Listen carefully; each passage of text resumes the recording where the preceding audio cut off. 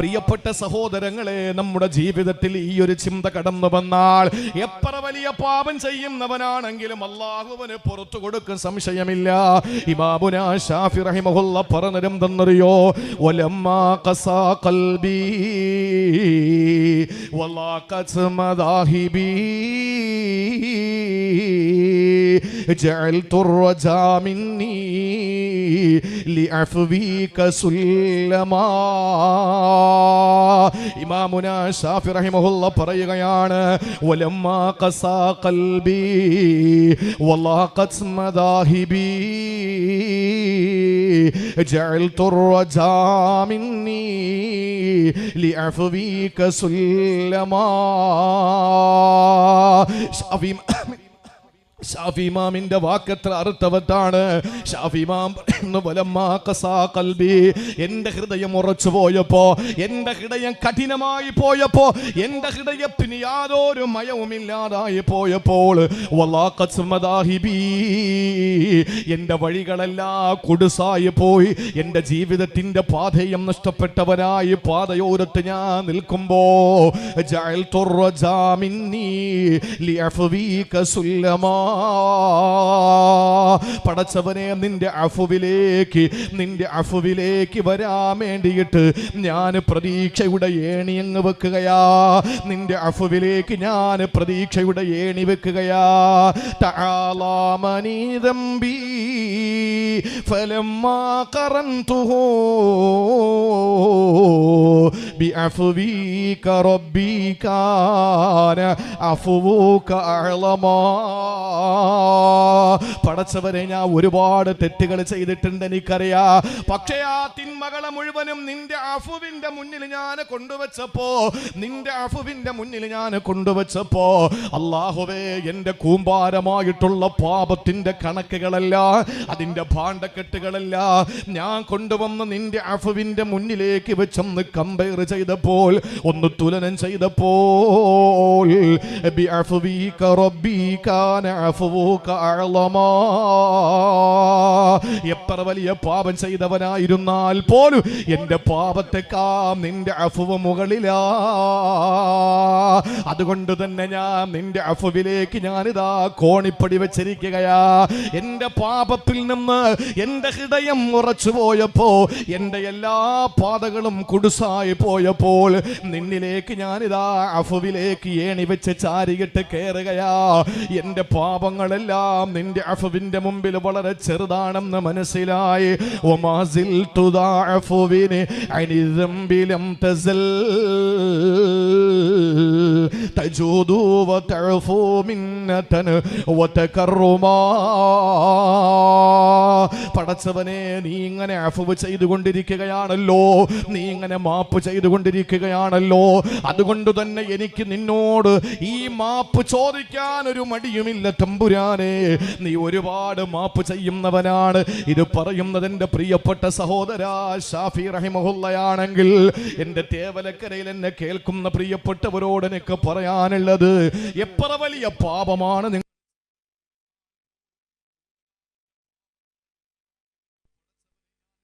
നിങ്ങൾ എനിക്കല്ലാതെ സ്വർഗം കിട്ടില്ല, ഞാൻ നരകത്തിന്റെ അടിത്തട്ടിൽ തന്നെയാണ് നിസ്സംശയമെന്ന് ചിന്തിച്ചു പോകുന്നവരോട് എനിക്ക് പറയാനുള്ളത്, ഇല്ല, അല്ലാഹു റബ്ബുൽ ഇസ്സത്തിന്റെ കാരുണ്യത്തിൽ നിന്ന് നിരാശപ്പെടാൻ പാടില്ല. ഒന്നാണ് ജീവിതത്തിൽ പാപങ്ങൾ എത്ര ചെയ്താലും നമ്മൾ നിരാശപ്പെടേണ്ട. ഇത് വിശദീകരിക്കേണ്ട കാര്യമില്ല. അള്ളാന്റെ മുമ്പിൽ നിങ്ങളൊന്ന് ഏറ്റു പറഞ്ഞാൽ മതി. എന്തെങ്കിലും ഒരു തിന്മ ചെയ്തിട്ട് ചവറ പോലീസ് സ്റ്റേഷനിൽ ചെല്ല്, ഇവിടെ ഒരുത്തനെ കുത്തി മലർത്തി, എന്നിട്ട് നേരെ ചവറ പോലീസ് സ്റ്റേഷനിലേക്ക് ചെന്നു, എന്നിട്ട് കത്തി പോലീസ് സ്റ്റേഷനിലെ സർക്കിളിന്റെ മുന്നിലേക്ക് വെച്ചു കൊടുത്തിട്ട് പറയാ, ഞാൻ ഒരുത്തനെ കുത്തിക്കൊന്നിരിക്കുക, പിടിച്ച് അപ്പോഴേ അകത്തിടും. അല്ലേ? അങ്ങനല്ലേ? ചവറയിൽ മാറ്റം ഉണ്ടോ? ദുനിയാവിൽ പ്രതി കുറ്റം സമ്മതിച്ചാൽ ശിക്ഷ ഉറപ്പ്. എന്നാൽ ഒരാളെ കൊന്നിട്ടോ, ഒരാളെ എന്ത് ചെയ്തിട്ടോ, അല്ലെങ്കിൽ ഏത് പാപം ചെയ്തിട്ടോ, കള്ളു കുടിച്ചിട്ടോ, എന്ത് തെറ്റ് ചെയ്തിട്ടോ, അള്ളാന്റെ മുമ്പ് ചെന്നിട്ട് പറ, ഞാൻ തെറ്റ് ചെയ്തു തമ്പുരാനെ, എനിക്ക് മാപ്പ് ചോദിക്കാൻ നിന്നോടല്ലാതെ വേറെ ആരോടാ ഉള്ളത്? ഞാൻ എന്തുമാത്രം പാപങ്ങൾ ചെയ്താലും നിന്റെ അഫുവിലേക്ക് തട്ടിച്ചു നോക്കുമ്പോ എന്റെ പാപങ്ങൾ ഒന്നും വലുതല്ല തമ്പുരാനെ, എനിക്ക് നീയേ ഉള്ളു പുറത്തു തരാൻ, എന്നെ ഒരിക്കലും മാറ്റി ഓടിക്കരുത് എന്ന് പടച്ചവനോടൊരു വാക്ക് പറ, അള്ളാഹു ആ സെക്കൻഡ് പുറത്തു തരും. ദുനിയാവിൽ ശ്രദ്ധിച്ചിരിക്കണേ, 9 മണിക്ക് തുടങ്ങിയത് ഞാനല്ല, നിങ്ങളാ. എന്റെ ആഗ്രഹം 7 മണിക്ക് തുടങ്ങി 9 മണിക്ക് അവസാനിപ്പിക്കുന്ന ഒന്നാണ്. ഈ 10 മണിക്കും 11 മണിക്കും ഒക്കെ തുടങ്ങുന്ന സദസ്സിൽ പ്രസംഗിക്കാൻ വലിയ പ്രയാസമാണ്. ഈ നമ്മുടെ തൊട്ടടുത്ത് ഞാൻ വരുന്നല്ലോ, അടുത്ത മാസമോ ഈ മാസമൊക്കെ വരുന്നുണ്ട്. എനിക്ക് പറയാനുള്ളത് നേരത്തെ തുടങ്ങണം, ഈ ആദത്തുകളൊന്നും മാറ്റണം. എന്താ സംഭവിക്കുന്നതെന്നറിയോ? 10 മണിക്ക് വാഴ് ഇരിക്കുന്നവരൊക്കെ നിപ്പ വൈറസ് പിടിച്ചെന്നൊക്കെ ഇങ്ങനെ ഇരിക്കുക, കിറങ്ങിയിരിക്കുക, അരൗൺസ് അടിച്ചതുപോലെ. അങ്ങനെ ഇരുന്നാലുള്ള കുഴപ്പമെന്ന് അറിയാം, നമ്മൾ ഇങ്ങനെ മൂഡ് ഔട്ട് ആയിട്ടെ പ്രസംഗിക്കുക, നമ്മളും ഇങ്ങനെ വല്ലാത്ത രീതിയിൽ പ്രസംഗിക്കും. അപ്പൊ സംഭവിക്കുന്നത് എന്താ? നിങ്ങൾ ഇങ്ങനെ ഉറങ്ങും. അപ്പൊ എനിക്ക് ഉറക്കം വരും, എങ്ങനെയും നിർത്തിയാൽ മതി എന്ന് തോന്നും. 7 മണിക്ക് ഇന്നലെ വർക്കലയിൽ 7 മണിക്ക് തുടങ്ങണം ഉസ്താദെ എന്ന് പറഞ്ഞു. ഞാൻ എത്തിയപ്പോൾ 7:15 പോയി. പക്ഷെ 7 മണിക്ക് അവിടുത്തെ ഇമാമ് കയറി അങ്ങ് സ്റ്റാർട്ട് ചെയ്തു. 7:15 ഞാൻ സ്റ്റേജിലോട്ട് കയറി പ്രസംഗം ആരംഭിച്ചു. 9 മണി 9:15 9:30 വരെ റാഹത്തായിട്ട് പ്രസംഗിച്ചു. നല്ല ടൈം അതാണ്. ആ ടൈമിൽ പ്രസംഗിച്ചാലുള്ള ഗുണം എന്തെന്നറിയോ? നന്നായിട്ട് ഹൃദയത്തിൽ അകത്തോട്ട് കയറും. അത് കഴിഞ്ഞിട്ട് പോയി ഇശാ നിസ്കരിച്ച് ഭക്ഷണം കഴിക്കാത്തവര് കഴിച്ചും കഴിച്ചവര് വീണ്ടും പിന്നെ നിസ്കാരം കഴിഞ്ഞിട്ട് ഉടനെ കിടന്ന സുബഹി കളാവൂല. ഇതെന്താ സംഭവിക്കുന്നത്? 10 മണിക്ക് വഴന്നു തുടങ്ങി 12 മണി വരെ വെച്ചങ്ങ് കീറലോട് കീറല. 12:30 മണി വരെ പിന്നെ അങ്ങോട്ട് ലിസ്റ്റ് വായന, ലേലം വിളി, പിരിവ്.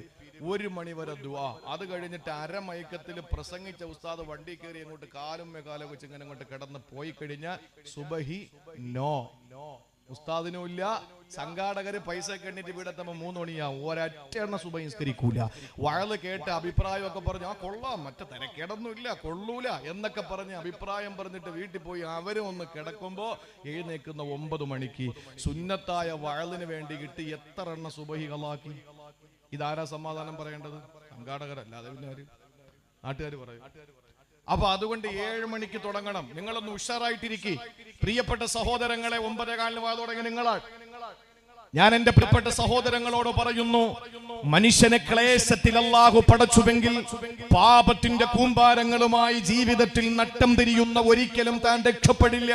എനിക്ക് അല്ലാഹു നരകമല്ലാതെ മറ്റൊന്നും തരില്ല എന്ന ആ ഒരു ദുശ്ചിന്തയോടെ, തെറ്റിദ്ധാരണയോടെ കഴിയുന്നവന്റെ മുമ്പിൽ അല്ലാഹു ഇപ്പറയും വ്യക്തമായി പറയുന്നു, ഞാൻ എന്റെ ഹബീബിനെ വിളിച്ചതുപോലെ, എന്റെ മുത്തിനെ ഞാൻ വിളിച്ചതുപോലെ ഞാൻ നിങ്ങളെ വിളിക്കുന്നു. യാ ഇബാദി, എന്റെ പൊന്നുദാസന്മാരെ, നിങ്ങൾ പാപത്തിന്റെ പേരിൽ നിങ്ങൾ എന്റെ കാരുണ്യത്തിൽ നിന്ന് നിരാശപ്പെടരുത്. നിങ്ങൾ എന്ത് തെറ്റോ ചെയ്തോട്ടെ, കൂമ്പാരമായി നീ തെറ്റുകൾ ചെയ്തെങ്കിലും നീട്ടുന്ന കൈ തട്ടാത്ത റബ്ബാ പിന്നെയും. ഇതാരുടെ പാട്ടാ? മാർക്കോസിന്റെ അല്ലേ? തഴവാവസ്ഥ. അള്ളാഹു ഖബർ വിശാലാക്കി കൊടുക്കട്ടെ. എത്ര വലിയ പാപോ, എന്ത് പാപോ ചെയ്. നമ്മൾ കരുതുന്ന എന്താ? മഹാന്മാരൊക്കെ ഒരുപാട് മഹാന്മാരെ പരിചയമുള്ള ഒരു മനുഷ്യനാണ് മുഹമ്മദ് കുഞ്ഞ് ഗനീമി ഉസ്താദ്. ഒരുപാട് മഹാന്മാരെ എനിക്കറിയുന്ന, പിന്നെ എന്നോട് പറയാത്ത കുറെ പേര് വേറെ ഉണ്ടാവുന്ന വിശ്വാസം. കാരണം ഒരാളെല്ലാം തുറന്നു പറയൂലല്ലോ. അപ്പൊ അതുകൊണ്ട് തന്നെ ഒരുപാട് മഹാന്മാർ, അവര് മഹാന്മാരായത് ഉമ്മ പ്രസവിച്ചപ്പോ അങ്ങനെ അങ്ങോട്ട് മഹാനായതല്ല. നാട്ടില് എവിടെ മോഷണം പോയാലും എല്ലാരും പറയുന്നതാ, അവനാ മോട്ടിച്ചത്. ഒരു കള്ളൻ ഉണ്ടായിരുന്നു, പെരുങ്കള്ളൻ. നാട്ടിൽ ആര് മോഷണം നടത്തിയാലും പറയുന്നത് അവനാണ്. അയാള് മോഷ്ടിച്ച സാധനങ്ങളുമായിട്ട് മതില് കയറിയിട്ട് അടുത്ത വീട്ടിലേക്ക് പോകാൻ വേണ്ടി ഇറങ്ങുമ്പോഴാണ് തൊട്ടടുത്ത വീട്ടിലിരുന്ന ഒരാള് ഖുർആൻ ഓതുന്നു. ആ ഖുർആൻ ഓതുമ്പോൾ അലം യഅനിലില്ലദീന ആമനൂ അൻ തഖ്ശഅ അലം യഅനിലില്ലദീന ആമനൂ അൻ തഖ്ശഅ ഖുലൂബുഹും ലിദിക്രില്ലാഹ്. വിശ്വാസികൾക്ക് അല്ലാഹനെ പേടിക്കാൻ സമയമായില്ലേ എന്ന ആയത്ത് കേട്ടപ്പോൾ പെട്ടെന്ന് ആ മനുഷ്യൻ ഇങ്ങനെ വിറയൽ പിടിച്ചു. അയാൾ മോഷ്ടിച്ച സാധനങ്ങൾ, തൊണ്ടി മുതലുകളെല്ലാം വലിച്ചൊരൊറ്റേറ് അയാൾ അവിടെ നിന്ന് നാട് വിട്ടു. കാരണം നാട്ടിൽ നിന്നാൽ വീണ്ടും പെരുങ്കള്ളൻ തന്നെ എന്നെ കമ്മ്യൂണിസ്റ്റ് ആക്കി എന്ന് പറയുന്നത് പോലെ, എന്നെ കമ്മ്യൂണിസ്റ്റ് ആക്കി എന്ന് പറയുന്നത് പോലെ വീണ്ടും തെറ്റുകാരനാക്കിക്കൊണ്ടേയിരിക്കും. ആ മനുഷ്യൻ അവിടെ നിന്ന് നാട് വിട്ടു 10 വർഷം കഴിഞ്ഞ അയാൾ തിരിച്ചു വരികയാണ്. ആ 10 വർഷക്കാലം കഴിഞ്ഞപ്പോൾ അയാളുടെ ദാടിരോമങ്ങൾ നെഞ്ചറ്റം വരെ ദാടിരോമങ്ങളായി, നമസ്കാരത്തഴമ്പായി, കയ്യിൽ ജപമാലയായി. ആ മനുഷ്യൻ അള്ളാഹുവിന്റെ പരിശുദ്ധമായ മഅരിഫത്ത് തൊട്ടറിയാൻ തുടങ്ങി, മുറാഖബയിലായി. ആ മനുഷ്യൻ അള്ളാഹുവിനെ ഖൽവത്തിലിരുന്നു കൊണ്ട്, ഒറ്റക്കിരുന്നു കൊണ്ട് കരഞ്ഞ് അള്ളാഹുവിലേക്ക് അങ്ങ് ലയിച്ചു ചേർന്നു. ആ മനുഷ്യൻ അങ്ങനെ അങ്ങ് മാറി. ആ പെരുങ്കള്ളനായ ജീവിതം നയിച്ചിരുന്ന അവസാനം നാടുവിട്ട മനുഷ്യന്റെ പേരെങ്ങാന തേവലക്കരയുടെ മണ്ണില്, അലവി കുഞ്ഞു മൗലവിയുടെ മണ്ണില്, ഈ പരിശുദ്ധമായ തേവലക്കര എന്ന മുസ്ലിം നറുമണമുള്ള മണ്ണില് ഇവിടെ നിന്നെങ്ങാന ഞാനൊന്നു പറഞ്ഞ ഇവിടെ ഇരിക്കുന്ന ആണുങ്ങളും പെണ്ണുങ്ങളുടെയും ചുണ്ടിൽ അറിയാതെ പറഞ്ഞു പോകും റളിയല്ലാഹു അൻഹു. ആരായിരുന്നു ആ പെരുങ്കള്ളനെന്നറിയോ? മഹാനായ സയ്യിദുനാ ഫുളൈൽ ബിൻ ഇയാദ് റളിയല്ലാഹു തആല അൻഹു ആണ്.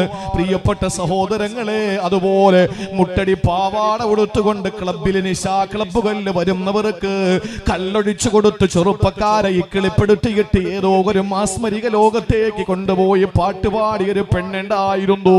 ഒരു നിമിഷം അവള് ചിന്തിച്ചു, ഞാൻ എന്തിനാണ് ചെറുപ്പക്കാരെ ഇക്കിളിപ്പെടുത്തുന്നത്? എനിക്കൊരു കാമുകൻ വേണമെന്ന് ചിന്തിച്ചു. അങ്ങനെ അവളൊരു കാമുകനെ തിരഞ്ഞെടുത്തു. ആ കാമുകനെ തിരഞ്ഞെടുത്തപ്പോൾ രാത്രികൾ ആ കാമുകന് വേണ്ടി മാറ്റിവെക്കാൻ തുടങ്ങി.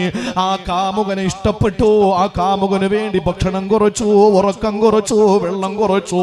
അവസാനം ഭ്രാന്തികളെ പോലെയായി മാറി. നിരാശാ കാമുകിയായ ആ പെണ്ണ് പാതിരാത്രികളിൽ പാട്ടുപാടി, അജബല്ലിൽ മുഹിബ്ബി കൈഫ യനാമു വകുല്ലു നൗമിൻ അലൽ മുഹിബ്ബി ഹറാമു. പ്രേമവാചനത്തിന് എങ്ങനെയാണ് ഉറങ്ങാൻ കഴിയുക? നമ്മൾ ഒരാളെ സ്നേഹിച്ചു പോയാൽ പിന്നെ നമ്മുടെ ഉറക്കം നഷ്ടപ്പെടൂലേ? അവര് ഉറങ്ങിയോ? അവര് ഭക്ഷണം കഴിച്ചോ? അവര് വെള്ളം കുടിച്ചോ? അവരെങ്ങനെയാണ് സുഖമായിരിക്കുന്നോ? ഈ ഒരു ചിന്തയിൽ പിന്നെ നമ്മളുടെ ഉറക്കം മുഴുവനും കെട്ടുപോകുമല്ലോ. പിന്നെ നമുക്ക് ഭക്ഷണം ഇറങ്ങാതെ വരുമല്ലോ. പലപ്പോഴും വെള്ളം കുടിക്കാൻ പറ്റാത്ത അവസ്ഥ വരുമല്ലോ. കാരണം ഹൃദയത്തിന്റെ ഉള്ളറകളിൽ മുഴുവനും സ്നേഹിക്കുന്നവരാണ്, പ്രേമിക്കുന്നവരാണ്, ഇഷ്ടപ്പെടുന്നവരാ. ഈ പെണ്ണിന്റെയും അവസ്ഥ അത് തന്നെ. പാതിരാത്രി ഉറക്കമുളച്ചിരുന്നിട്ട് പറയാൻ തുടങ്ങി, അത്ഭുതം, അത്ഭുതം, എങ്ങനെയാണ് പ്രേമവാചനത്തിന് ഉറങ്ങാൻ കഴിയുക? ഉറക്കം വരൂലല്ലോ ഒരു സ്നേഹിതന് തന്റെ സ്നേഹിതയെ ഓർക്കുമ്പോൾ. അതുകൊണ്ട് ഞാൻ ഉറക്കം മാറ്റി വെച്ചു എന്ന് പറഞ്ഞു. ആ പെണ്ണ് കാമിക്കാൻ തുടങ്ങി, ഇഷ്ടപ്പെടാൻ തുടങ്ങി. ആരെയാണ് പ്രേമിച്ചതെന്നറിയോ? സർവലോക സൃഷ്ടിസ്ഥിതി സംഹാരകർത്താവായ, സർവാധിനാഥനായ, സർവഗുണ സമ്പൂർണനായ, സർവജ്ഞനായ അല്ലാഹു റബ്ബുൽ ഇസ്സത്തിനെയാണ് പ്രണയിച്ചത്. ആ പെൺകുട്ടിയാണ് തുടക്കത്തിൽ ജീവിതത്തിൽ ഒരുപാട് പാപങ്ങളിലേക്ക് പോകുന്ന ചെറുപ്പക്കാർക്ക് കല്ലൊഴിച്ചു കൊടുത്തിട്ട് നിശാ ക്ലബ്ബുകളിൽ പാട്ടുപാടിയിരുന്ന പെണ്ണ്. ആ പെണ്ണിന്റെ പേരും ഞാൻ ഇവിടെ പറഞ്ഞ എന്റെ പ്രിയപ്പെട്ട സഹോദരിമാരുടെ ചുണ്ടുകളിൽ തട്ടിക്കളിക്കുന്നത് റളിയല്ലാഹു അൻഹയാ. ആരാണ് ആ പെണ്ണെന്നറിയോ? ബീബി റാബിയത്തുൽ അദബിയ. ഇന്നലകളിൽ നമ്മുടെ ജീവിതത്തിന്റെ കണക്ക് പുസ്തകത്തിൽ കറുത്ത അധ്യായങ്ങളെ കാണുമ്പോൾ അവന്റെ ഭാവി നഷ്ടപ്പെട്ടു പോകുമെന്ന് ചിന്തിച്ചു പോയ ചെറുപ്പക്കാരാ, എല്ലാം അവസാനിച്ചു എന്ന് കരുതുന്നവരെ, ഇല്ല, പടച്ചവൻ പറയുന്നു, ലാ തഖ്നതൂ മിർ റഹ്മത്തില്ലാ, നിങ്ങൾ എന്റെ കാരുണ്യത്തിൽ നിന്ന് നിരാശപ്പെടല്ലേ. അതുകൊണ്ട് പ്രിയപ്പെട്ടവരെ, തെറ്റുകൾ എന്ത് ചെയ്താലും അല്ലാഹുവിലേക്ക് മടങ്ങുക. പക്ഷെ അത് ആവർത്തിക്കരുത്, അത് ആവർത്തിക്കരുത്. ദുനിയാവിലൊരു പ്രതി കുറ്റം സമ്മതിച്ചാൽ ശിക്ഷ ഉറപ്പ്, അള്ളാന്റെ മുമ്പിലാണെങ്കിൽ രക്ഷ ഉറപ്പ്. മാത്രമല്ല, അള്ളാനെ പേടിക്കുന്നത് എങ്ങനെയാണ്? നമുക്ക് ആനയെ പേടിയാണ്, ചില ആളുകൾക്ക് ആനയുടെ പടം കണ്ടാൽ പേടിയാണ്, ചിലർക്ക് കുഴിയാനയെ കണ്ടാൽ തന്നെ പേടിയാണ്, ചിലർക്ക് പാമ്പിനെ പേടിയാണ്, ചിലർക്ക് രാത്രി പോകാൻ പേടിയാണ്, ചിലർക്ക് പുലിയെ പേടിയാണ്, ചിലർക്ക് പൂച്ചയെ തന്നെ പേടിയാണ്. നിങ്ങൾ ആലോചിച്ച് നോക്കിയാൽ, നമുക്കിപ്പോ ഒരു പട്ടിയെ പേടിയാണെന്നിരിക്കട്ടെ, പട്ടിയെ പേടിക്കുന്ന ഒരാൾ എന്താ ചെയ്യാൻ? പറ. വിഷം വയ്ക്കുവോ? പെണ്ണുമ്പിള്ള കേക്കരുത്. ഏത് പട്ടിക്ക് വേണ്ടി വാദിക്കുന്ന പെണ്ണുണ്ടല്ലോ, അവള് കേക്കല്ലേ, കൊണ്ടുപോകും.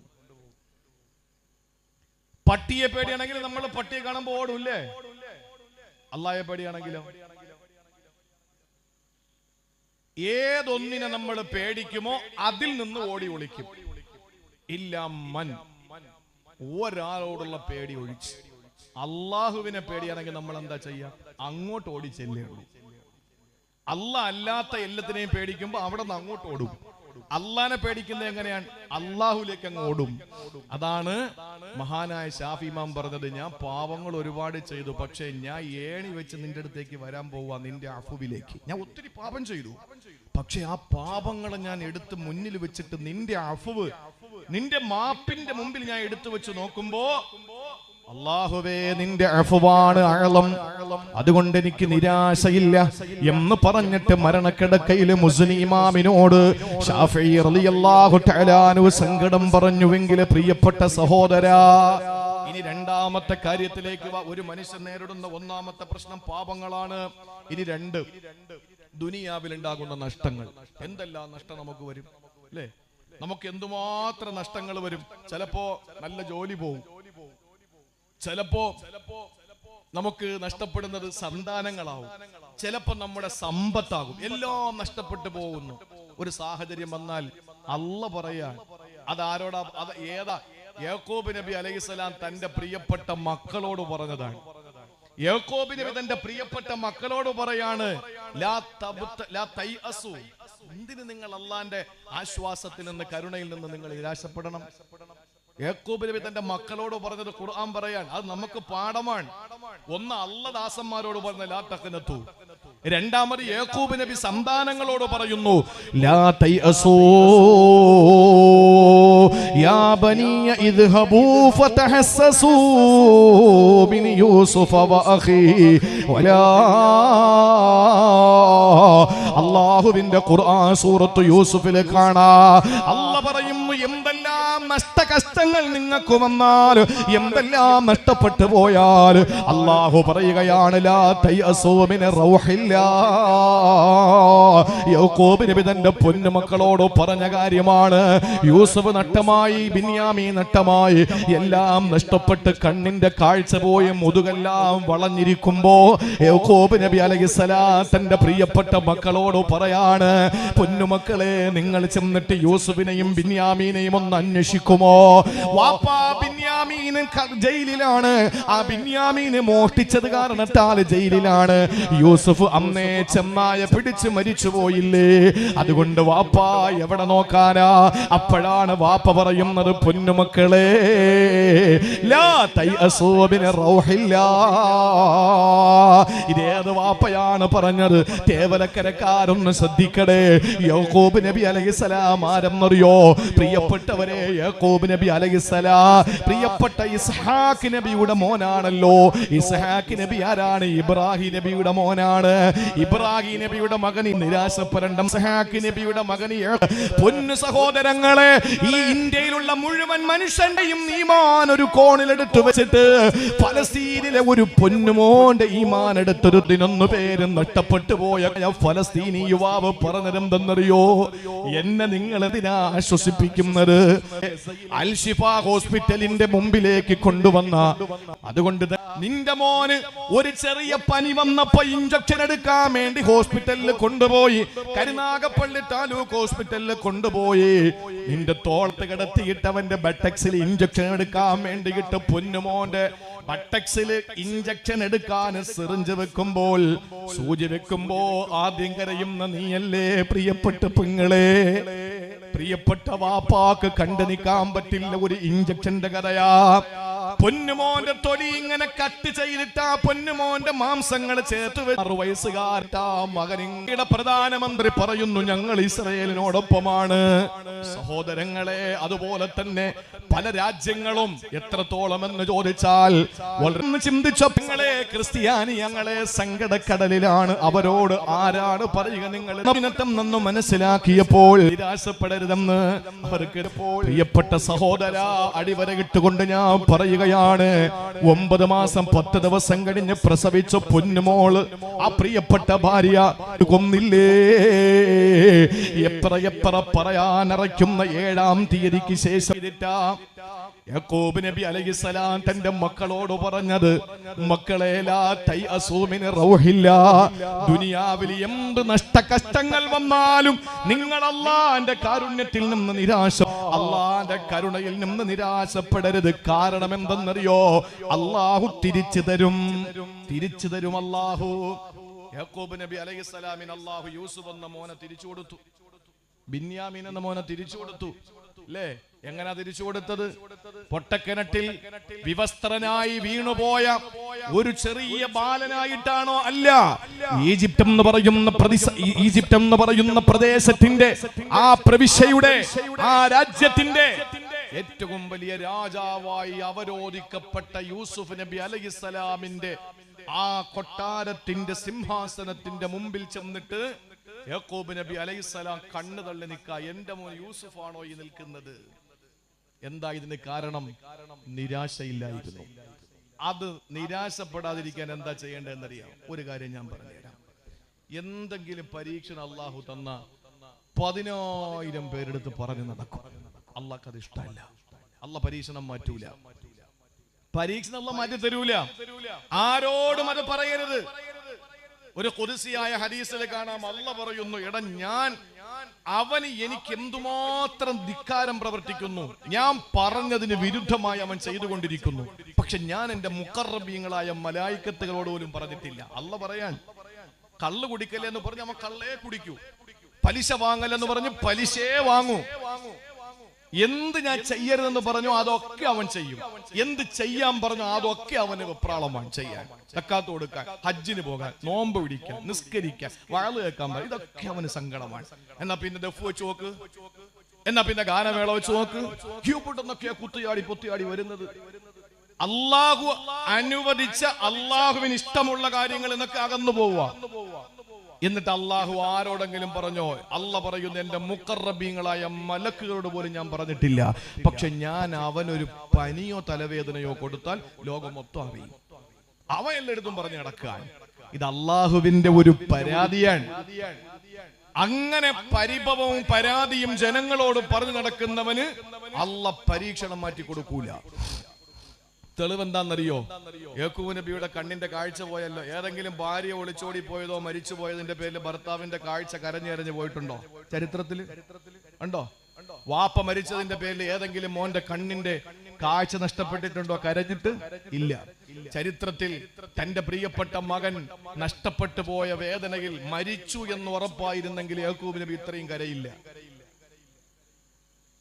മരിച്ചു എന്ന് ഈ മക്കൾ പറഞ്ഞ അന്നേ ഈ മക്കൾക്കൊരു സ്വഭാവം ഉണ്ട്. എന്താണെന്നറിയോ? അന്ന് ഈ 10 തലതിരിഞ്ഞ മക്കളായിരുന്നു. 2 നല്ലതുള്ളൂ, യൂസുഫ് നബിയും ബിന്യാമീൻ നബിയും. ഈ 10 കള്ള രക്തം പുരട്ടി ചെന്നായ പിടിച്ചു എന്ന് ആടിനെ അറുത്തിട്ട് യൂസുഫ് നബിയുടെ കുപ്പായത്തിൽ രക്തം പുരട്ടിയിട്ട് ഇത് യൂസുഫിനെ ചെന്നായ പിടിച്ചതാണെന്ന് പറഞ്ഞ് കള്ളം പറഞ്ഞിട്ടാണ് വാപ്പാടെ മുമ്പിൽ കരഞ്ഞുകൊണ്ട് വന്നത്. അന്ന് തുടങ്ങിയതാണ് ഈ പരിപാടി. പ്രിയപ്പെട്ട സഹോദരങ്ങളെ, മഹാനായ യാക്കൂബ് നബി അലൈഹിസ്സലാമിന്റെ കാഴ്ച നഷ്ടപ്പെട്ടത് തന്റെ പൊന്നുമോന് യൂസുഫ് എന്ന് പറയുന്ന മകനെ നഷ്ടപ്പെട്ടതിന്റെ പേരിലാണ്. മരിച്ചു എന്ന് യാക്കൂബ് നബിക്ക് ഉറപ്പുണ്ടായിരുന്നെങ്കിൽ ഇത്രയും കരയൂല. മറിച്ച് നമ്മളങ്ങനാണല്ലോ, മകനോ മകളോ അല്ലെങ്കിൽ ബന്ധുക്കൾ ആരെങ്കിലും കടലിൽ പോയി അല്ലെങ്കിൽ കാണാതെ നഷ്ടപ്പെട്ടു, അങ്ങനെ ആയാൽ നമുക്ക് സങ്കടമാണ്. 24 മണിക്കൂർ വേദനയാണ്. അവസാനം കടപ്പുറത്തൊരു ശരീരം പൊങ്ങി, അത് മകന്റെതാണെന്നറിഞ്ഞു കഴിഞ്ഞാൽ പിന്നെ 3 ദിവസമുള്ള കരച്ചില്. ഇല്ലെങ്കിലോ 300 ദിവസവും കരഞ്ഞിരിക്കുന്നത് എവിടെയാണ്. യാക്കൂബ് നബി അലൈഹിസ്സലാമിന്റെ സങ്കടം എന്താണ്? മകൻ മരിച്ചിട്ടില്ല എന്നും ചെന്നായ പിടിച്ചിട്ടില്ല എന്നും വ്യക്തമായി അറിയുന്ന യാക്കൂബ് നബി അലൈഹിസ്സലാമിന് യൂസുഫ് നബി എവിടെയാണെന്ന് അങ്കലാപ്പാണ്. ആ വേദനയിൽ കരഞ്ഞ് കാഴ്ച നഷ്ടപ്പെട്ടപ്പോ ഒരിക്കൽ യാക്കൂബ് നബിയുടെ ഒരു സഹോദരൻ വന്നിട്ട് ചോദിച്ചു, യൂസുഫേ, എന്താ കാഴ്ചയൊക്കെ പോയല്ലേ? അതേ സഹോദര, കാഴ്ചയൊക്കെ നഷ്ടപ്പെട്ടു. എന്താ കാരണം? എന്റെ യൂസുഫ് നഷ്ടപ്പെട്ടതിൽ ഞാൻ കരഞ്ഞതാണ്, എനിക്ക് സഹിക്കാൻ പറ്റുന്നില്ല എന്ന് പറഞ്ഞിട്ട് വിഷമങ്ങളൊക്കെ സഹോദരന്റെ മുമ്പിൽ അങ്ങോട്ട് ഷെയർ ചെയ്യാൻ. ചോദിച്ചു, നിന്റെ മുതുക് വളഞ്ഞു പോയതെന്താണ്? മുതുക് വില്ല് പോലെ വളഞ്ഞു. യാക്കോബ് നബി പറഞ്ഞു, ബിന്യാമീനും കൂടെ നഷ്ടപ്പെട്ടപ്പോൾ എനിക്ക് താങ്ങാൻ പറ്റിയില്ല. അവസാനം ഞാൻ ഒരേ ഇരിപ്പ് വീട്ടിൽ ഇരുന്നിരുന്നിരുന്നിരുന്ന് എന്റെ മുതുക് വളഞ്ഞു പോയി. ആ സമയത്ത് നസലൽ അമീനു മലക്ക് ജിബ്രീൽ, ജിബ്രീൽ അലൈഹിസ്സലാം ഇറങ്ങി വരിക യാക്കോബ് നബിയുടെ അടുത്ത്. എന്നിട്ട് യാക്കോബ് നബിയുടെ മുന്നിൽ വന്നപ്പോ യാക്കോബ് നബി കണ്ടു ജിബ്രീലിനെ. ജിബ്രീൽ വന്നിട്ട് യാക്കോബ് നബിയോട് പറഞ്ഞു, ഇന്നല്ലാഹ യുഖരിഉക സലാം, അല്ലാഹു നിങ്ങൾക്ക് സലാം പറഞ്ഞിരിക്കുന്നു നബിയേ. സന്തോഷമായ യാക്കോബ് നബിക്ക്. യാക്കോബ് നബി ചോദിച്ചു, എന്താ ജിബ്രീലെ വിശേഷിച്ച് വല്ലതും പറയാനുണ്ടോ? ആ സമയത്ത് അല്ലാഹുവിന്റെ മലക്ക് ജിബ്രീൽ യാക്കോബ് നബിയോട് പറയുന്നു, അലാ തസ്തഹീ, നിങ്ങൾക്ക് ഉളുപ്പുണ്ടോന്ന് അല്ലാഹു ചോദിച്ചിരിക്കുകയാ. നിങ്ങൾക്ക് നാണമുണ്ടോ? നിങ്ങൾക്ക് ലജ്ജയുണ്ടോ? യാക്കോബ് നബി സ്തബ്ധനായി. യാക്കോബ് നബി ചോദിച്ചു, ഞാൻ എന്ത് ചെയ്തു? ജിബ്രീൽ പറഞ്ഞു, നിങ്ങൾക്ക് അല്ലാഹു തന്ന രണ്ട് പരീക്ഷണങ്ങൾ, രണ്ട് മക്കളുടെ വേർപാട്. ആ വേർപാടിൽ നിങ്ങൾ മനം നൊന്തിരിക്കുമ്പോ ഈ സങ്കടങ്ങൾ എന്തിനാണ് ജനങ്ങളോട് വിളിച്ചു പറഞ്ഞത്? അത് അല്ലാഹുക്ക് ഇഷ്ടമല്ല. ആ സമയത്ത് യാക്കോബ് നബി അലൈഹിസ്സലാം ചാടി അങ്ങ് എഴുന്നേറ്റു. അവിടെ നിന്ന് ഉറക്കെ വിളിച്ചു പറഞ്ഞ വാക്കെന്തെന്നറിയോ? ഖുർആൻ സൂറത്ത് യൂസഫിൽ കാണാ, ഇന്നമാ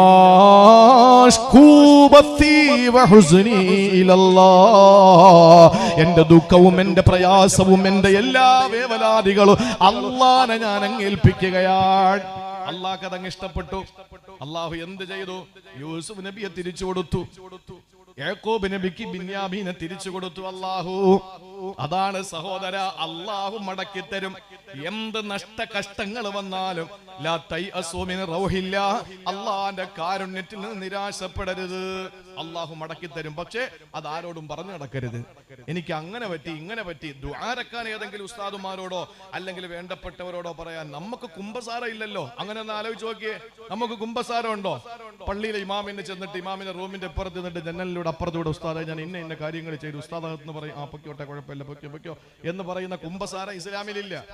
ഇത് ആരോടാ പറയേണ്ടത്? അല്ലാഹുവിനോട്. പിന്നെ എന്ത് നമുക്ക് പറയാം? വലൗ അന്നഹും ഇല്ലലമു അൻഫുസഹും ജാഊക ഫസ്തഗ്ഫിറുല്ലാഹ വസ്തഗ്ഫറ ലഹുമുർ റസൂല വജദുല്ലാഹ തവ്വാബർ റഹീമ.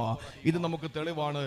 ആരെ കണ്ടാലും പറയാം, ഞാൻ ഒരുപാട് പാവങ്ങൾ ചെയ്തു പോയവനാ, പൊറുക്കാൻ വേണ്ടി ദുആരക്കണം. ഫസ്തഗ്ഫറ ലഹുമുർ റസൂൽ, റസൂൽ അവർക്ക് വേണ്ടി പൊറുക്കലിനെ തേടും. വസ്തഗ്ഫിറുല്ലാഹ, അവരും അല്ലാഹുവോട് പൊറുക്കലിനെ തേടുമ്പോൾ ലവജദുല്ലാഹ തവ്വാബർ റഹീമ. നമുക്ക് എല്ലായിടത്തും പറയാം, എന്റെ പാപങ്ങൾ പൊറുക്കാൻ ദുആരക്കണേ. അല്ലാതെ ഞാൻ അത് ചെയ്തു ഇത് ചെയ്തു. അല്ലാഹുവിന്റെ റസൂൽ പറഞ്ഞല്ലോ, ഞാൻ പുറത്തു കൊടുക്കാത്തൊരു വിഭാഗം മുജാഹിരീങ്ങളാണ്. മുജാഹിദല്ല, മുജാഹിരീങ്ങൾ. എന്താ ഈ മുജാഹറ? വഇന്ന മിനൽ മുജാഹറ. മുജാഹറ എന്ന് പറഞ്ഞാൽ രാത്രി അവരൊരു തെറ്റ് ചെയ്യും, രാവിലെ ജനങ്ങളോട് പറഞ്ഞു നടക്കും, ഞാൻ ഇന്നലെ രാത്രി അത് ചെയ്തു, ഞാൻ ഇന്നലെ അങ്ങനെ ചെയ്തു ഇങ്ങനെ ചെയ്തു, അവിടെ പോയി രണ്ടെണ്ണം അടിച്ചു, ഇവിടെ പോയി രണ്ടെണ്ണം അടിച്ചു, അവിടെ അവളെ കൊണ്ടുപോയി, ഇവിടെ ഇവനെ കൊണ്ടുപോയി. ഇതൊക്കെ ജനങ്ങളോട് പറയുന്നത് അല്ലാഹുക്ക് വെറുപ്പാണ്. അതുകൊണ്ട് സഹോദരങ്ങളെ, തിന്മയായാലും ആരോടും പറയണ്ട, സങ്കടമായാലും ആരോടും പറയണ്ട. ഇത് രണ്ടാമത്തേത്. ഒരു മനുഷ്യൻ നേരിടുന്ന രണ്ടാമത്തെ പ്രശ്നം, ഒന്ന് അവന്റെ പാപങ്ങൾ, രണ്ട് അവന്റെ ദുനിയാവിന്റെ നഷ്ടകഷ്ടങ്ങൾ. മനസ്സിലായല്ലോ? മനസ്സിലാവുന്നുണ്ടോ? ഇനി മൂന്നാമത്തേത് അല്ലാഹുവിന്റെ വിശുദ്ധ ഖുർആൻ പറയുകയാണ്, മൂന്നാമത്തേത് മനുഷ്യന്റെ ചതിയാണ്. ഒന്നവൻ ചെയ്ത പാപങ്ങൾ, ഒരു മനുഷ്യൻ അനുഭവിക്കുന്ന പ്രശ്നങ്ങളാണ്. രണ്ട് അവന്റെ നഷ്ടകഷ്ടങ്ങൾ. ഇനി മൂന്നാമത്തേത്, ആരോ അവനെ ചതിച്ചു, ആരോ അവനെ വഞ്ചിച്ചു, ആരോ അവനെ പറ്റിച്ചു, ആരോ അവനെ തേച്ചു. ഇതിനെ പറ്റിയിട്ടാണ് മൂന്നാമത് ഖുർആൻ പറഞ്ഞത്. മഹാനായ യൂസുഫ് നബി അലൈഹിസ്സലാമിന്റെ അടുക്കലേക്ക് ബിന്യാമീൻ കടന്നു വരികയാണ്. ഒരു മോഷണ കുറ്റത്തിനാണ് ബിന്യാമീനെ കൂടെ നിർത്താൻ യൂസുഫ് നബി അലൈഹിസ്സലാം എടുത്ത ഹിക്മത്ത് ചരിത്രമറിയുമല്ല, ഞാൻ പറയുന്നില്ല. യാക്കൂബ് നബിയുടെ പൊന്നുമോൻ യൂസുഫ് നബിയുടെ ചാരത്തേക്ക് ബിന്യാമീൻ വന്നപ്പോൾ ബിന്യാമീൻ എന്ന സഹോദരനോട് യൂസുഫ് എന്ന സഹോദരൻ പറയുകയാണ്, വലമ്മാ ദഖലൂ അലാ യൂസുഫ ആവാ ഇലൈഹി അഖാ. തന്റെ സഹോദരനെ തന്നിലേക്ക് ചേർത്ത് നിർത്തുകയാണ് യൂസുഫ് നബി അലൈഹിസ്സലാം ചെയ്തത്. എന്നിട്ട് പറഞ്ഞു ഖാല ഇന്നി അഖൂ ബിന്യാമീനെ, ഞാൻ ആരെന്നറിയോ? ഈജിപ്തിന്റെ രാജാവായ ഞാൻ ആരെന്നറിയോ? ഇന്നി അഖൂ, നിന്റെ കാണാതെ പോയി മരിച്ചു പോയെന്ന് സഹോദരങ്ങൾ പറഞ്ഞ യൂസുഫാടാ. ബിന്യാമീൻ ഞെട്ടിപ്പോയി. ബിന്യാമീൻ സംഭീതനായി, പരിഭ്രമചിത്തനായി യൂസുഫ് നബി അലൈഹിസ്സലാമിന്റെ മുഖത്തേക്ക് നോക്കിയിട്ട് ബിന്യാമീന് കണ്ണ് തള്ളിയിരിക്കുമ്പോ യൂസുഫ് നബി അലൈഹിസ്സലാം പറഞ്ഞതെന്തെന്നറിയോ? എവരെല്ലാം എന്നെ ചതിച്ചതാ മോനെ, എവരൊക്കെ എന്നെ ചതിച്ചതാണ്. പക്ഷേ ഫലാ തബ്തഇസ് ബിമാ കാനൂ യഅമലൂ, അവര് ചെയ്തതിനെ പറ്റിയിട്ടൊന്നും ഒരു നിരാശയും ദുഃഖവും നിനക്ക് വേണ്ട. നിന്റെ സഹോദരങ്ങൾ, എന്റെ സഹോദരങ്ങൾ നമ്മളോട് കാണിച്ചത് ഒന്നിനെ പറ്റിയും ദുഃഖിക്കരുത്. കാരണം യൂസുഫ് നബിയെ കൊന്നു, യൂസുഫ് നബി ചെന്നായ പിടിച്ചു എന്ന് രാജാവിന്റെ മുമ്പിൽ പറഞ്ഞു. ഇവര് കൊന്നു, ചെന്നായ പിടിച്ചു എന്ന് പറഞ്ഞ ആളാണ് ഇരിക്കുന്നതെന്ന് അവർക്കറിയില്ല. പിന്നെ ബിന്യാമീന് മോഷ്ടിച്ചു എന്ന് സ്വർണത്തിന്റെ കിണ്ടി, സ്വർണത്തിന്റെ പാത്രം, സ്വർണത്തിന്റെ അളവുകോല് ബിന്യാമീന്റെ ആ സഞ്ചിക്കകത്ത്, റേഷൻ വാങ്ങിയ സഞ്ചിക്കകത്തിട്ടത് യൂസുഫ് നബി തന്നെയാണ്. എന്നിട്ട് നഷ്ടപ്പെട്ടു. ആരാ മോഷ്ടിച്ചത്? സഹോദരങ്ങൾ പറഞ്ഞു ഞങ്ങൾ കള്ളന്മാരല്ല. അവസാനം കണ്ടെത്തി ബിന്യാമീന്റെ സഞ്ചിയില്. ആ സമയത്താണ് യൂസുഫ് നബി അലൈഹിസ്സലാം ചോദിച്ചു എന്താ ചെയ്യേണ്ടത്? ബിന്യാമീനെ ഞങ്ങളോടൊപ്പം വിടണമെന്നവര് പറഞ്ഞു നോക്കി, ഇല്ല. അവസാനം ബിന്യാമീനെ തടവിൽ പിടിക്കുകയാണ്. അത് യൂസുഫ് നബിക്ക് തന്റെ കൂടെ സഹോദരനെ നിർത്താനുള്ള ഹിക്മത്തായിരുന്നു, മോഷ്ടിച്ചതല്ല. അപ്പോഴാണ് സഹോദരങ്ങൾ പറഞ്ഞത്, ഇന്ന് ജൂതന്മാര് പറയും പോലെ അന്ന് പറഞ്ഞത്, യവൻ മോഷ്ടിച്ചിട്ടുണ്ടെങ്കിൽ ഞങ്ങൾ തള്ളിക്കളയുന്നില്ല. യവന്റെ ജ്യേഷ്ഠൻ യൂസുഫും പെരുങ്കള്ളനായിരുന്നു. ആരോടായി പറയുന്നത്? യൂസുഫ് നബിയോടാ. യൂസുഫ് നബിക്കറിയാം ഇവര് സഹോദരങ്ങളാണ് എന്ന്. അതുകൊണ്ടാണ് പറഞ്ഞത്, മനുഷ്യൻ ചതിക്കും, മനുഷ്യന് ഇല്ലാത്തത് പറയും, മനുഷ്യന് കള്ളം പറയും, മനുഷ്യൻ പലതും പറഞ്ഞു പരത്തു. അതെല്ലാം നമ്മൾ കേൾക്കുമ്പോ മനുഷ്യന്റെ ചതിയുടെ വിഷയത്തിൽ നമ്മൾ എന്താ ചെയ്യേണ്ടത്? അല്ല പറയുന്നു, ഫലാ തബ്തഇസ് ബിമാ കാനൂ യഅമലൂ, നിന്നെ സൃഷ്ടിച്ചത് ക്ലേശത്തിലാണ്, അതിന്റെ ഒരു തലം ജനങ്ങളുടെ ചതിയാണ്. അതിൽ നീ നിരാശപ്പെടരുത്, ദുഃഖിക്കരുത്, ദുഃഖിക്കരുത്. നമ്മളെ ചതിക്കാൻ വേണ്ടി ഒരുത്തൻ കുഴിയെടുത്താൽ, സമയമായ നമ്മളെ ചതിക്കാൻ വേണ്ടി ഒരുത്തൻ കുഴിയെടുത്താൽ, എഴുതി വെച്ചോ, എഴുതി വെച്ചോ, നമ്മളെ കുഴിയിലാക്കാൻ വേണ്ടി ഒരുത്തൻ കുഴിയെടുക്കാമെങ്കിൽ എന്താ ചെയ്യാ? അവനവൻ കുഴിച്ച കുഴിയിൽ, പറ, അവനവൻ കുഴിച്ച കുഴിയിൽ അവൻ തന്നെ. വമയ്യഹ്തഫിർ ബിറൻ ലിയുഖീഅ ഗൈറഹു സയുഖാഉ ഫിൽ ബിഇരിൽ ലദീ ഹുവ ഹാഫിറു എന്ന് പറഞ്ഞാൽ, ഒരാളെ കുഴിയിലാക്കാൻ വേണ്ടി നമ്മൾ കുഴിയെടുത്താൽ നമ്മൾ തന്നെ ആ കുഴിയിൽ വീഴും, ഒരു സംശയവും ഇല്ല. താൻ കുഴിച്ച കുഴിയിൽ താൻ തന്നെ. ആര് കുഴിയെടുക്കുക മറ്റുള്ളവനെ വീഴ്ത്താൻ, അവൻ ആ കുഴിയിൽ വീണിരിക്കും, ഒരു സംശയമില്ല. അതുകൊണ്ട് ചതിക്കരുത്. ചതിക്കപ്പെട്ട ആളുകളോട് പറയാനുള്ളത്, വഞ്ചിക്കപ്പെട്ടവരോട് പറയാനുള്ളത്, ലാ തബ്തഇസ്, ദുഃഖിക്കരുത്. കാരണം എന്താ? അല്ലാഹു നിങ്ങൾക്ക് തരും, അല്ലാഹു നിങ്ങൾക്ക് തരും. യൂസുഫ് നബിയുടെ മുമ്പിൽ വന്നിട്ട് 10 സഹോദരങ്ങൾ പൊട്ടിക്കരഞ്ഞിട്ട് പറഞ്ഞു മാപ്പാക്കണം, തെറ്റുപറ്റിപ്പോയി. യാക്കൂബ് നബിക്ക് ബോധ്യമായി, യാക്കൂബ് നബിക്ക് ബോധ്യമായി, ബിന്യാമീന് ബോധ്യമായി, 10 സഹോദരങ്ങൾക്കും ബോധ്യമായി ചെയ്തു പോയത് തെറ്റാണെന്ന്.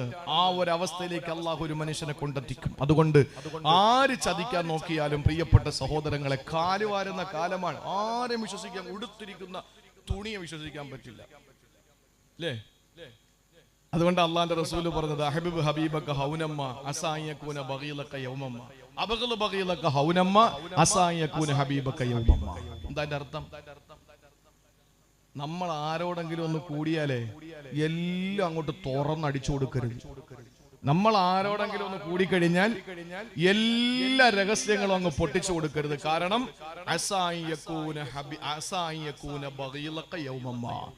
യവൻ നാളൊരു സമയത്ത് നമ്മുടെ ശത്രുവാകും. ഇനി ആരെയോടെങ്കിലും നമുക്ക് ദേഷ്യം ഉണ്ടെങ്കിലോ അവനെ അങ്ങേയറ്റം കുറ്റം പറയരുത്. കാരണം ഇവൻ നാളൊരു സമയത്ത് നിന്റെ കൂട്ടുകാരനായി വരേണ്ടവനാണ്. അതുകൊണ്ട് സഹോദരങ്ങളെ, ചതിയുടെ പേരിൽ സങ്കടപ്പെട്ട് ക്ലേശത്തിലകപ്പെട്ടിരിക്കുമ്പോൾ അല്ലാഹു പറയുകയാണ്, ഫലാ തബ്തഇസ് ബിമാ കാനൂ യഅമലൂൻ. ഒരിക്കൽ പോലും അല്ലാഹു പറയുകയാണ്, അവർ ചെയ്യുന്ന പ്രവൃത്തിയുടെ പേരിൽ നിങ്ങൾ ദുഃഖിക്കാൻ പാടില്ല, ഒരിക്കലും പ്രയാസപ്പെടാൻ പാടില്ല. ഇത് അല്ലാഹുവിന്റെ വിശുദ്ധമായ ഖുർആനിന്റെ പ്രഖ്യാപനമാണ്. സഹോദരങ്ങളെ, നാലാമതൊരു മനുഷ്യൻ നേരിടുന്ന ക്ലേശമേദം അറിയോ? മറന്നുപോകല്ലേ, ഒന്ന് പാപമാണ്, മറ്റൊന്ന് ജീവിതത്തിന്റെ നഷ്ടകഷ്ടങ്ങളാണ്, മൂന്നാമത്തേത് മറ്റുള്ളവരുടെ ചീറ്റിംഗ് ആണ്, ചതിയാണ്. ഇനി നാലാമത് നമ്മൾ നേരിടുന്ന പ്രശ്നമേദം അറിയോ? സഹോദരങ്ങളെ, നമ്മൾ നേരിടുന്ന ഏറ്റവും വലിയ പ്രശ്നം അത് ഭരണാധികാരികളുടെ ഭീകരതയാണ്, അധികാരികളുടെ ഭീകരതയാണ്, നീതി നിഷേധിക്കപ്പെടലാണ്. ആ നീതി നിഷേധം നമുക്കുണ്ടായി പോയാൽ അല്ലാഹു പറയുന്നു, നിങ്ങളെ ക്ലേശത്തിലാണ് ഞാൻ സൃഷ്ടിച്ചത്. നിങ്ങൾ നീതിയുടെ നിഷേധത്തിന്റെ പേരിൽ സങ്കടപ്പെടുമ്പോ അല്ലാഹു പറയുകയാണ്, ഫലമ്മാ ജാഅഹു تخف نجوت من القوم الظالمين. വിശുദ്ധ ഖുർആൻ പറയുകയാ, ഫലമ്മാ ജാഅഹു വഖസ്സ അലൈഹിൽ ഖസസ് ഖാല നഹ്നു ഖാല ലാ തഖഫ് നജൗത മിനൽ ഖൗമിൽ ളാലിമീൻ. സഹോദരങ്ങളെ, മഹാനായ മൂസാ നബി അലൈഹിസ്സലാം ഭരണകൂടത്തിന്റെ ഭീകരമായ തേർവാഴ്ചക്കെതിരെ ശക്തമായ നിലയിൽ പോരാടി. അവസാനം അവിടത്തെ ആളുകളോട്, അവിടത്തെ ആ ഭരണാധികാരികളോട് സന്ധിയില്ലാ സമരം പ്രഖ്യാപിച്ച് ഒരു മനുഷ്യനെ കൊല്ലേണ്ടൊരവസ്ഥയുണ്ടായി. പിടിച്ചു മാറ്റിയ പലവന് വീടും മരിച്ചുപോയതാണ്. അവിടെ നിന്ന് നാട് വിട്ട് മദീനയിലേക്ക് വരുന്നു. ആ മദീനയിലേക്ക് വരുമ്പോൾ സഹോദരങ്ങളെ, മഹാനായ ശുഐബ് നബി അലൈഹിസ്സലാമിന്റെ മുമ്പിൽ അകപ്പെടുകയാ. ശുഐബ് നബി അലൈഹിസ്സലാമിന്റെ മുമ്പിൽ വന്നു മഹാനായ കലീമുല്ലാഹി മൂസാ നബി അലൈഹിസ്സലാം. ശുഐബ് നബിയുടെ മുമ്പിൽ വന്നിട്ട് കഥകളെല്ലാം പറഞ്ഞു. ആ കഥകൾ കേട്ടിട്ട് ശുഐബ് നബി മൂസാ നബിയോട് പറഞ്ഞ വാക്കെന്തെന്നറിയോ? ലാ തഖഫ് നജൗത മിനൽ ഖൗമിൽ ളാലിമീൻ. ലാ തഖഫ്, നീ പേടിക്കണ്ട, ഭയപ്പെടരുത്. എന്തിനു പേടിക്കണം? ആരെ ഭയക്കണം? നമ്മൾ ആരെ പേടിക്കണം? സഹോദരങ്ങളെ, ഒരു സത്യവിശ്വാസി സംബന്ധിച്ചിടത്തോളം അവനെ അള്ളാഹു സൃഷ്ടിച്ചത് തന്നെ ക്ലേശത്തിലാണ്. അതിന്റെ നാലാമത്തെ തലം ഭരണാധികാരികളിൽ നിന്നുണ്ടാകുന്ന ക്ലേശമാണ്. അതിൽ നമ്മൾ എന്തിനു പേടിക്കണം? നമ്മൾ എന്തിനു ഭയപ്പെടണം? നിങ്ങൾ നോക്ക്, ശുഐബ് നബിയുടെ മുമ്പിൽ അകപ്പെടുകയാ മൂസാ നബി അലൈഹിസ്സലാം. ആരാ കൊണ്ടെത്തിച്ചത്? അള്ളാഹു. തന്റെ കൗമിൽപ്പെട്ട ഒരാളും അതേപോലെ ഫിർഔനിന്റെ കൂട്ടത്തിൽപ്പെട്ട ഒരാളും തമ്മിൽ ഒരു വാക്കേറ്റം നടക്കുമ്പോ ആ വാക്കേറ്റത്തിലും മധ്യസ്ഥനായി വരേണ്ട മൂസാ നബി അലൈഹിസ്സലാം ആ മനുഷ്യനെ പിടിച്ചങ്ങോട്ട് മാറ്റുമ്പോഴാണ് അയാൾ വീണിട്ട് ശക്തനായ മൂസാ നബിയുടെ ആ ശക്തമായ പ്രതിരോധത്തിന്റെ പേരിൽ അയാൾ വീണു മരിച്ചു.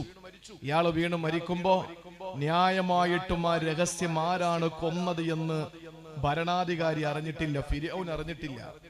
അങ്ങനെ ഇരിക്കുമ്പോഴാണ് വീണ്ടും ഈ വഴക്കാളിയായ തന്റെ കൗമിപ്പെട്ടവൻ വേറൊരുത്തനോടൊപ്പം ഉടക്കുണ്ടാക്കുന്നു. ഇവനാണ് കഴിഞ്ഞ പ്രാവശ്യം മറ്റയാളോടൊപ്പം ഉടക്കുണ്ടാക്കിയത്.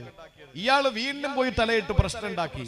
മൂസാ നബി അലൈഹിസ്സലാം വന്നിട്ട് ഇവനോട്, സ്വന്തം കൗമിപ്പെട്ടവനോട് പറഞ്ഞു, നിനക്കിത് തന്നെയാടാ പണി എന്ന് ചോദിച്ചിട്ട് അവന്റെ നേരെ അങ്ങോട്ട് ചെന്നപ്പോ അവൻ കരുതി നേരത്തെ മരിച്ചുപോയ ആളിനെ പോലെ താനും കൊല്ലപ്പെടുമെന്ന് കരുതിക്കൊണ്ട് ഇയാൾ മൂസാ നബിയോട് പറഞ്ഞു, അന്ന് കൊന്നതുപോലെ എന്നെ കൊന്നുകളയല്ലേ എന്ന് പറഞ്ഞു. ഇതാര് കേട്ടു?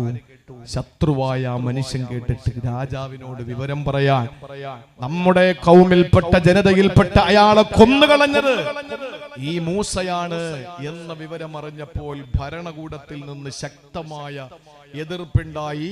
ആ ഭരണകൂടം തന്നെ തുറുങ്കിലടയ്ക്കുമെന്ന് കണ്ടപ്പോ ദയായിക്ക് രാമാനം നാടുവിടുകയാണ്. നാട് വിട്ട് നേരെ, അള്ളാന്റെ കൽപ്പനയാണ്, ഇതൊക്കെ ഒരു സബബാണ്, നേരെ വന്നു മദീന ജലാശയത്തിന്റെ അടുത്തെത്തുമ്പോൾ കുറെ സ്ത്രീകൾ വെള്ളം കോരാതെ മാറി നിൽക്കുകയാ. അവിടത്തെ ചെറുപ്പക്കാര് വെള്ളം കോരിക്കൊണ്ട് നിൽക്കുന്ന കാഴ്ച കാണുകയാണ്. ആ സമയത്ത് മഹാനായ മൂസാ നബി അലൈഹിസ്സലാം ആ സ്ത്രീകളോട് ചെന്നിട്ട് ചോദിക്കുകയാണ്, എന്തേ വെള്ളം കോരുന്നില്ലേ? അവര് പറഞ്ഞു, ഞങ്ങളുടെ പിതാവ് വളരെ ക്ഷീണിതനാണ്, വൃദ്ധനാണ്, വീട്ടില് വേറെ ആണുങ്ങളാരുമില്ല, ഞങ്ങൾ വെള്ളം കോരാമെന്നതാ. അതുകൊണ്ട് തന്നെ ഞങ്ങൾക്ക് വെള്ളം കോരാൻ അങ്ങോട്ട് അടുക്കാൻ പോലും പറ്റുന്നില്ല. ചെറുപ്പക്കാര് വെള്ളം കോരുകയാ, ഒട്ടകങ്ങളെ വെള്ളം കുടിപ്പിക്കുകയാ, ആട്ടിൻപറ്റങ്ങൾക്ക് വെള്ളം കൊടുക്കുകയാ. ആ സമയത്ത് മൂസാ നബി അലൈഹിസ്സലാം അവരിൽ നിന്ന് പാത്രം വാങ്ങുകയാണ്, കുടം വാങ്ങുകയാണ്. എന്നിട്ട് ജലാശയത്തിന്റെ അടുക്കൽ ചെന്നപ്പോൾ ചെറുപ്പക്കാര് തിങ്ങിക്കൂടി നിൽക്കുമ്പോ ഒരു വലിയ പാറ, ആ പാറ മൂസാ നബി എടുത്തങ്ങ് മാറ്റിയിട്ട് അതിൽ നിന്ന് വെള്ളം കോരുകയാ. ആ ശേഖരിച്ച വെള്ളം കൊണ്ടുവന്ന് മൂസാ നബി അലൈഹിസ്സലാം പെൺകുട്ടികളുടെ കയ്യിൽ കൊടുക്കുമ്പോ അവര് സന്തോഷത്തോടെ തിരിച്ചു വീട്ടിലേക്ക് പോയി. വാപ്പ ചോദിച്ചു, മക്കളെ പെട്ടെന്ന് എന്താ തിരിച്ചു വന്നത്? വാപ്പ, ഇന്ന് ഞങ്ങളെ സഹായിക്കാൻ ഒരു ചെറുപ്പക്കാരൻ വന്നു. വാപ്പ കട്ടിലിൽ കിടന്നുകൊണ്ട് പറഞ്ഞു, പൊന്നുമക്കളെ, അവൻ ഈ നാട്ടുകാരനാവൂല, കാരണം ഈ നാട്ടുകാരങ്ങനെ നന്ദി കാണിക്കുന്നവരല്ലല്ലോ. അതുകൊണ്ട് പൊന്നുമക്കളെ, ആ ചെറുപ്പക്കാരൻ വിദേശിയാകാൻ സാധ്യതയുണ്ട്, കൂലി കൊടുക്കോ? ഇല്ല, കൂലി കൊടുത്തിട്ടില്ല, എന്നാൽ വിളിച്ചു കൊണ്ടുവാ, ഞാൻ അവർക്ക് കൂലി കൊടുക്കട്ടെ. മൂസാ നബി അലൈഹിസ്സലാം വൃക്ഷത്തിന്റെ ചുവട്ടിൽ ഇങ്ങനെ ഇരുന്നിട്ട് ഓതുകയാണ്, റബ്ബി ഇന്നി ലിമാ അൻസൽത ഇലയ്യ മിൻ ഖൈരിൻ ഫഖീർ. അല്ലാഹുവേ, നീ എന്ത് അനുഗ്രഹം തന്നാലും ഞാൻ അതിലേക്ക് ആവശ്യക്കാരനാ. ഇത് പറഞ്ഞു തീരുമ്പോൾ ആ പിതാവിന്റെ രണ്ട് പെൺമക്കളും ഓടിയെത്തുകയാ. ആ മക്കൾ വന്നിട്ട് പറഞ്ഞു, ആ വന്നതിൽ ആ സ്ത്രീ പറഞ്ഞു, അല്ലയോ ചെറുപ്പക്കാരാ, എന്റെ വാപ്പ നിങ്ങളെ ക്ഷണിക്കുകയാണ് കൂലി തരാൻ വേണ്ടിയിട്ട്. ആ സന്ദർഭത്തിൽ മൂസാ നബി അലൈഹിസ്സലാം എഴുന്നേറ്റു. എന്നിട്ട് ആ പെൺകുട്ടിയോടൊപ്പം വീട്ടിലേക്ക് പോകുമ്പോൾ, സഹോദരങ്ങളെ, ഈ ഈത്തപ്പന നാരുകൊണ്ട് നിർമ്മിക്കപ്പെട്ട കട്ടിലിലെ അവശനായ ഒരു ഉപ്പ കിടക്കുകയാ. ആ ഉപ്പയോ ആ സമയത്ത് അള്ളാന്റെ പ്രവാചകനായ കലീമുല്ലാഹി മൂസാ നബിക്ക് അന്ന് റിസാലത്ത് കിട്ടിയിട്ടില്ല. മൂസാ നബി കാര്യങ്ങളെല്ലാം വിവരിച്ചപ്പോൾ ആ പ്രിയപ്പെട്ട ഉപ്പ പറഞ്ഞ വാക്കാണ്, ഖാലലാ തഖാഫ് നജൗത മിനൽ ഖൗമിൽ ളാലിമീൻ. ഖാലലാ തഖഫ് നജൗത മിനൽ ഖൗമിൽ ളാലിമീൻ. ഒരിക്കലും ഭയപ്പെടരുത്, അല്ലാഹു അക്രമികളിൽ നിന്ന് അങ്ങേ രക്ഷിച്ചിരിക്കുകയാ. മൂസാ നബി ചോദിച്ചു, നിങ്ങൾ ആരാ? ആ പനനാര് കൊണ്ട് നിർമ്മിക്കപ്പെട്ട, ഈത്തപ്പന നാര് കൊണ്ട് നിർമ്മിക്കപ്പെട്ട ആ കട്ടിലിൽ കിടക്കുന്ന വൃദ്ധൻ പറഞ്ഞു, ഞാനാണ് ശുഐബ് നബി അലൈഹിസ്സലാം. മൂസാ നബിക്ക് സന്തോഷമായി. മൂസാ നബി അലൈഹിസ്സലാം ആ പ്രിയപ്പെട്ട മകളെ കല്യാണം കഴിപ്പിച്ചു കൊടുക്കാൻ തീരുമാനിച്ചു. ഇതിനിടയിൽ കുറെ കഥകൾ വേറെ ഉണ്ട്. കൂലി കൊടുക്കുന്ന രംഗവും, ആ കൂലി കൊടുക്കാൻ വേണ്ടിയിട്ട് എന്താ കൂലി, അതെന്റെ മോളെ കെട്ടലാണെന്നൊക്കെ പറയുന്ന രംഗം. ആ സമയത്ത് മകള് പറഞ്ഞു, വാപ്പ, നിങ്ങൾ കൂലി കൊടുക്കാൻ വേണ്ടി തെരഞ്ഞെടുത്ത ചെറുപ്പക്കാരൻ നല്ല വിശ്വസ്തനും നല്ല സത്യസന്ധനുമാണ്, നല്ല വിശ്വസ്തനും ശക്തനുമാണ്. ഇന്ന ഖൈറ മൻ ഇസ്തഅജർതൽ ഖവിയുൽ അമീൻ. അല്ലാഹുവിന്റെ ഖുർആൻ പറയാ, തെരഞ്ഞെടുത്ത ചെറുപ്പക്കാരൻ ശക്തനും വിശ്വസ്തനുമാണ്. ശുഐബ് നബി അലൈഹിസ്സലാം ചോദിച്ചു, മോളോട് നിനക്കെങ്ങനെ അറിയാം ഇയാള് വിശ്വസ്തനും ശക്തനുമാണെന്ന്? ശക്തനാണെന്ന് പറയാൻ കാരണം, വാപ്പ, 10 പേര് പിടിച്ചാ പൊങ്ങാത്ത പാറ ഈ മനുഷ്യ ഒറ്റയ്ക്കെടുത്ത് മാറ്റിയിട്ട് അതിൽ നിന്നാ വെള്ളം കോരി തന്നത്. മനസ്സിലായി, ഇയാൾ നല്ല ശക്തിയുള്ളവനാ. എന്നാൽ ഈ മനുഷ്യൻ വിശ്വസ്തനാണെന്ന് എങ്ങനെ ബോധ്യപ്പെട്ടു? ആ മോള് പറഞ്ഞു, വാപ്പ, ഞാൻ ചെന്നിട്ട് ഈ മനുഷ്യനെ വിളിച്ചു, വാപ്പ വിളിക്കാന്ന് പറഞ്ഞു. കൂടെ വന്നു. കുറെ ദൂരം കഴിഞ്ഞപ്പോ ഞാൻ മുന്നിലും ഇയാൾ പിന്നിലും ആയിരുന്നു. കുറെ കഴിഞ്ഞപ്പോ എന്നോട് പറഞ്ഞു, പെണ്ണെ, നീ എന്റെ പിന്നിൽ വാ, നീ നടക്കുമ്പോ നിന്റെ പുറകുവശം എന്റെ കണ്ണിൽ പെടുകയാ, അതുകൊണ്ട് അത് തെറ്റാ, നീ പിറകിൽ വാ, ഞാൻ മുമ്പേ നടക്കാം. പെണ്ണ് ചോദിച്ചു, നിങ്ങൾക്ക് വഴിയറിയില്ലല്ലോ? അപ്പൊ മൂസാ നബി പറഞ്ഞു, അത്രേ, ഞാൻ വഴി തെറ്റുകയാണെങ്കിൽ നീ ഒരു കല്ലെടുത്ത് എന്റെ ദേഹത്തെറിയണം, അപ്പൊ എനിക്ക് മനസ്സിലാവും വഴി തെറ്റി, അടുത്ത വഴി ഞാൻ തെരഞ്ഞെടുത്ത് നടക്കാം. അപ്പൊ എനിക്ക് മനസ്സിലായി വാപ്പ ഈ മനുഷ്യൻ വിശ്വസ്തനാണ്. വാപ്പ ശുഐബ് നബി അലൈഹിസ്സലാം തന്റെ പൊന്നുമോളെ കെട്ടിച്ചു കൊടുത്തു. ആ മകളയുമായിട്ട് നാട്ടിലേക്ക് പോകുമ്പോഴാണ് തൂർ സീനാ പർവ്വതത്തിന്റെ മുകളിൽ നിന്ന് പ്രകാശത്തിന്റെ പ്രോജ്വലത കണ്ടിട്ട് മൂസാ നബി അലൈഹിസ്സലാത്തു വസ്സലാമിന് തൗറാത്ത് കിട്ടി.